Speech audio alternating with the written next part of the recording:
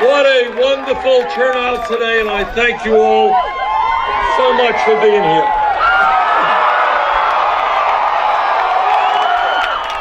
Let me just start off by saying a couple of things.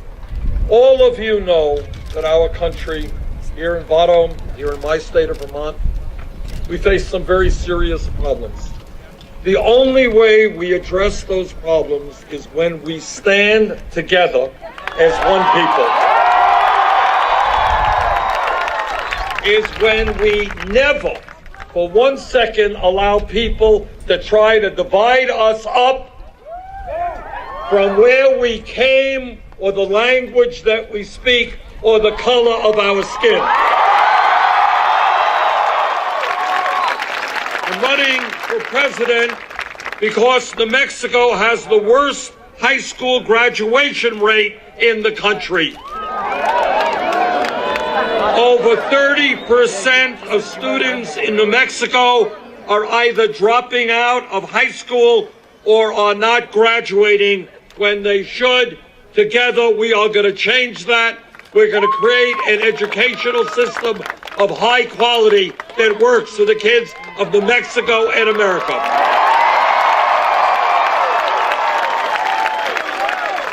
I'm running for President of the United States because, as Pope Francis has reminded us, we need in this world a moral economy, not an economy based on greed.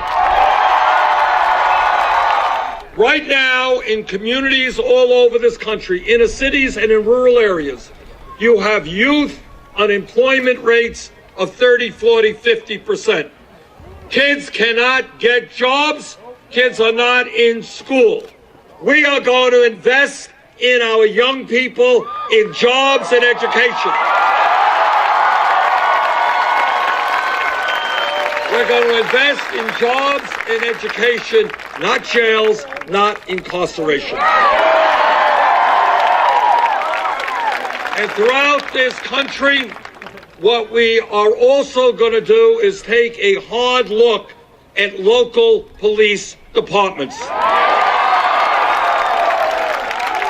I was a mayor for 8 years in Burlington, Vermont, and I've worked with police officers all over this country. The average police officer is hardworking, is honest, and has a very difficult job. But, like any other public official, when a police officer breaks the law, that officer must be held accountable.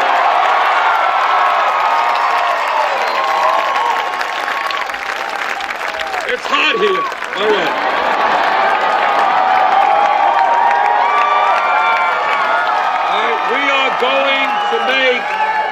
We are going to make local police departments look like the diversity of the communities they serve. Over the last 30 years, millions of people in this country have received police records for possession of marijuana. Today, under the Federal Controlled Substance Act, marijuana is listed as a Schedule I drug alongside heroin.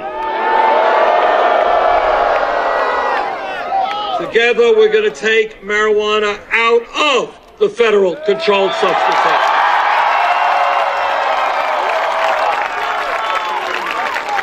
It is a decision of the state whether or not to legalize marijuana, but it should not be a federal crime. But when we talk about drugs, there is a crisis impacting all America, from state to state, and that is the fact that many of our people are addicted to opiates and they're addicted to heroin. And this is a crisis that has to be addressed. The best way to address it is to understand that substance abuse, alcoholism, or drug abuse is not a criminal issue. It should be a health issue.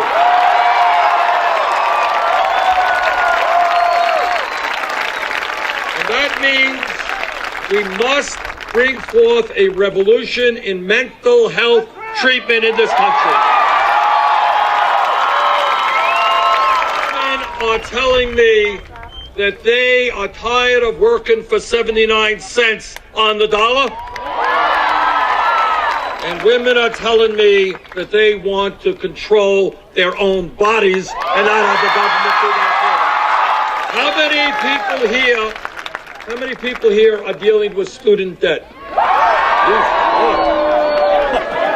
Second question, anybody here not dealing with student debt? All right, that was a joke, a bad joke. Look, here is the truth. Just in this community today, I'm standing up here and I can see all.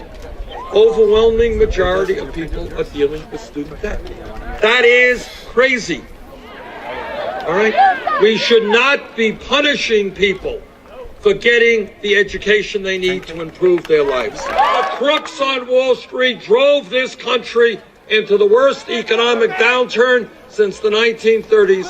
Against my vote, Congress bailed them out. I believe that today we should impose a tax on Wall Street speculation.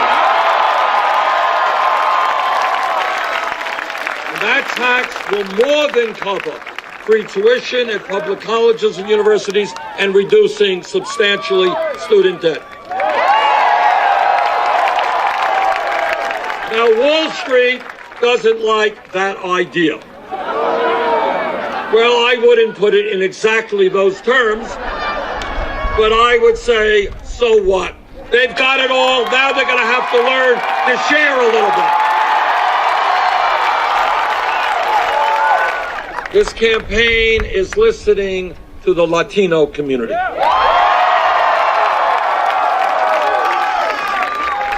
There are 11 million people in this country today who are undocumented. And many of those people, as we speak today, are being exploited on the job, because when you have no legal rights, when you cannot legally defend yourself, your employer can cheat you and rob you of your wages.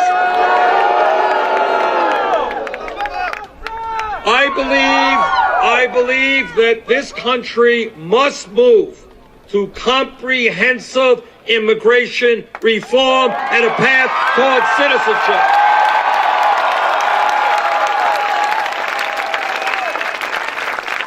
And if Congress does not do its job and pass immigration reform, I will use the executive powers of the president to do all that I can.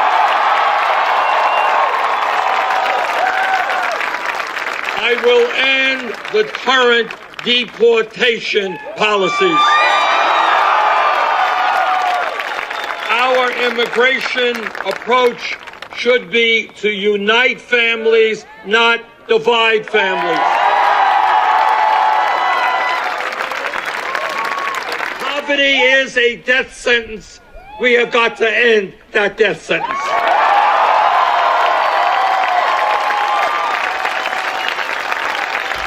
And my brothers and sisters in the African American community, they are saying, how come we can spend trillions of dollars on a stupid war in Iraq we never should have gotten into? And we don't have, supposedly, the money to rebuild inner cities or rural communities. Brothers and sisters, let me be very clear.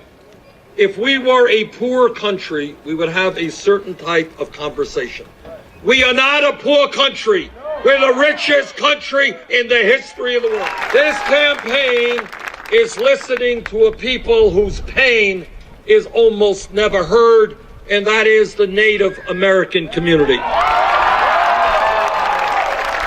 All of you know that from before the time when this country became a country, when the first settlers came here, the Native American people, the first Americans, were cheated, were lied to, and treaties they negotiated were broken and ignored. Meanwhile, we owe the Native American people a huge debt of gratitude that we can never repay.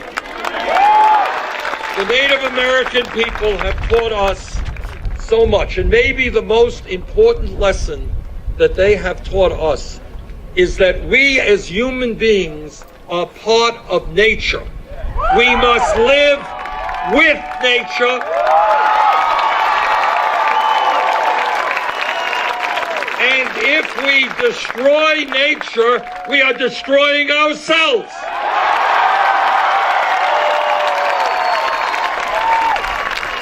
But yet today, if you go to Native American reservations, if you go to Native American communities, what you see is very high levels of poverty, of unemployment. You see tragedies regarding suicide of young people. You see kids who are going hungry. If elected president, together we will change the federal government's relationship to the Native American people. I think that I do not have to tell anybody here, where you live in New Mexico, that the truth is that climate change is real. You see that every day. And the climate change is caused by human activity.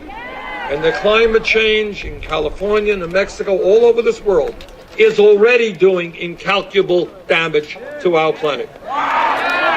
We have a moral responsibility to make certain that the planet we leave our kids and future generations is a planet that is healthy and habitable. You know, football and soccer and basketball, those are spectator sports. Democracy is not a spectator sport. Every person here is a powerful person if we choose to use that power. Now, the corporate media and the big money interests want you to think small. They want you to say, well, we can't really provide health care to all people. And I ask, if every other major country on earth is doing that, so can we. So here is my point. If we do not get actively involved in the political process, if all we do is moan and groan and complain, the rich will get richer and everybody else will get poorer. That's true! But if we stand up as proud Americans and demand a government that represents all of us and not just wealthy campaign contributors, there is nothing that we cannot accomplish.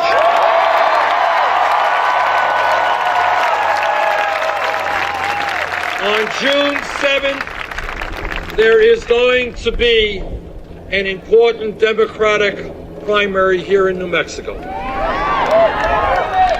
Now, we are taking on the entire state Democratic establishment, but that's okay. We've taken them on time and time again, and we've defeated them. And if you come out to vote and bring your brothers and your sisters and your co-workers, you know what? We're going to win here in New Mexico.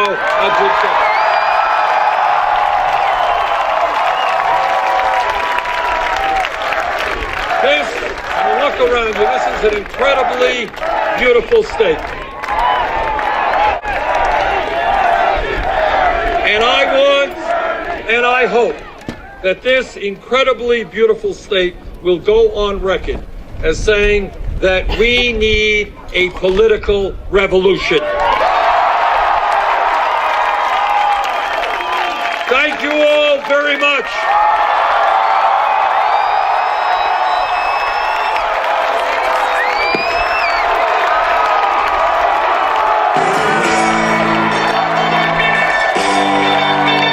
There's a